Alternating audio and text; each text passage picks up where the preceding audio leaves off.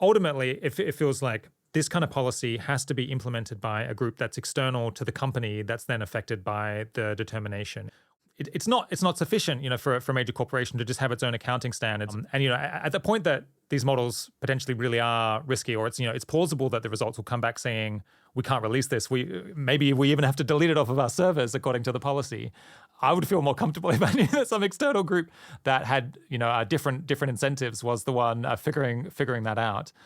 So I think that'd be great. I would also feel more comfortable if that was the case. I think one of the challenges here is that for auditing, there's a bunch of external accountants. This is a profession. Many people know what to do. There are very clear rules.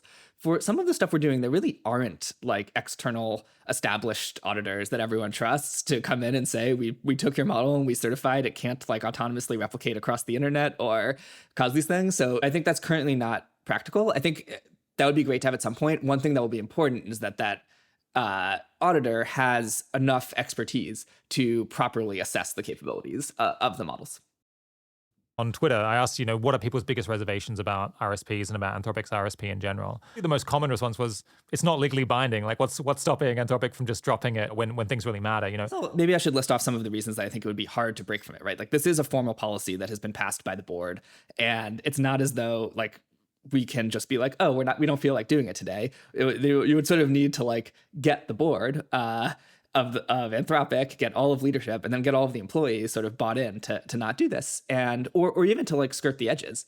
And like, I mean, I can speak for myself, right? If someone was like, Nick, can you train this model? We're going to ignore the RSP. I would be like, no, we said we would do that. Why would I do this? And if I wanted to, I would tell my team to do it. They would be like, no, Dick, we're not going to do that. So you would need to have a lot of buy-in. And part of the benefit of having this, publicly committing to it and passing it as like an organizational policy, is that everyone is bought in, and sort of maintaining that level of buy-in, I think is quite critical. Ultimately, these things do rely on the company implementing them to like really be bought in and care about like the actual outcome of it.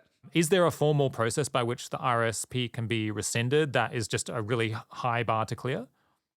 Yeah, so basically we do have a process for updating the RSP. So we could go to the board, et cetera. But I think sort of in order to do that, it's hard for me to quite plan it out. But it would be like, oh, if I wanted to continue training the model, I would go to the RSP team and be like, does this pass? And they'd be like, no.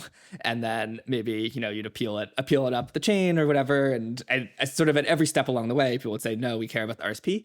Now, on the other hand, there could be like legitimate issues with the RSP, right? We could find that like one of these evaluations we created turned out to be really, really easy in a way that we like didn't anticipate and really is not at all indicative of the dangers. And in that case, I think it would be very legitimate for us to try to amend the RSP to create a better evaluation that is a test for it. This is sort of the flexibility we're trying to preserve.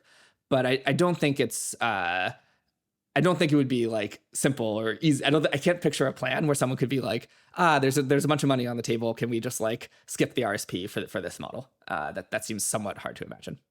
I mean, I think the elephant in the room here is, of course, there was a long period of time when OpenAI was pointing to its kind of non-profit board as a thing that would potentially keep it on mission to be really focused on safety. And then in practice, when push came to shove, it seemed like even though the board had these concerns, it was effectively overruled by the views of staff, maybe the views of the general public in some respects, and potentially the views of investors as well. Something that I've taken away from that, and I think many people have taken away from that experience, power isn't always exercised in exactly the way that it looks on an organizational chart. And I don't really want to be putting all of my trust in these interesting internal mechanisms that companies design in order to try to keep themselves accountable. Because ultimately, just if the majority of people involved don't really want to do something, then it feels like it's very hard to bind their hands and prevent them from changing plan at some future time. I would rather put my faith in something more powerful and more solid than that. And so this is kind of another thing that pushes me towards thinking that the RSP and these sort of preparedness frameworks are a great stepping stone towards external constraints on companies that they don't have ultimate discretion over.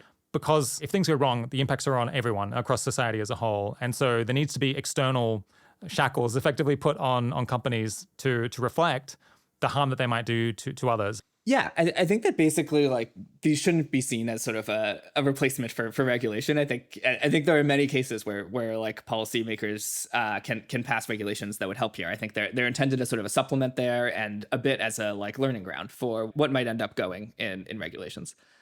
In terms of does the board really have the power it has types of questions, I don't know. We put a lot of thought into the long-term benefit trust, and I think it really does have like direct authority to elect the board, and the board does have authority. But I do agree that like ultimately you need to have a culture around thinking these things are important and having everyone bought in.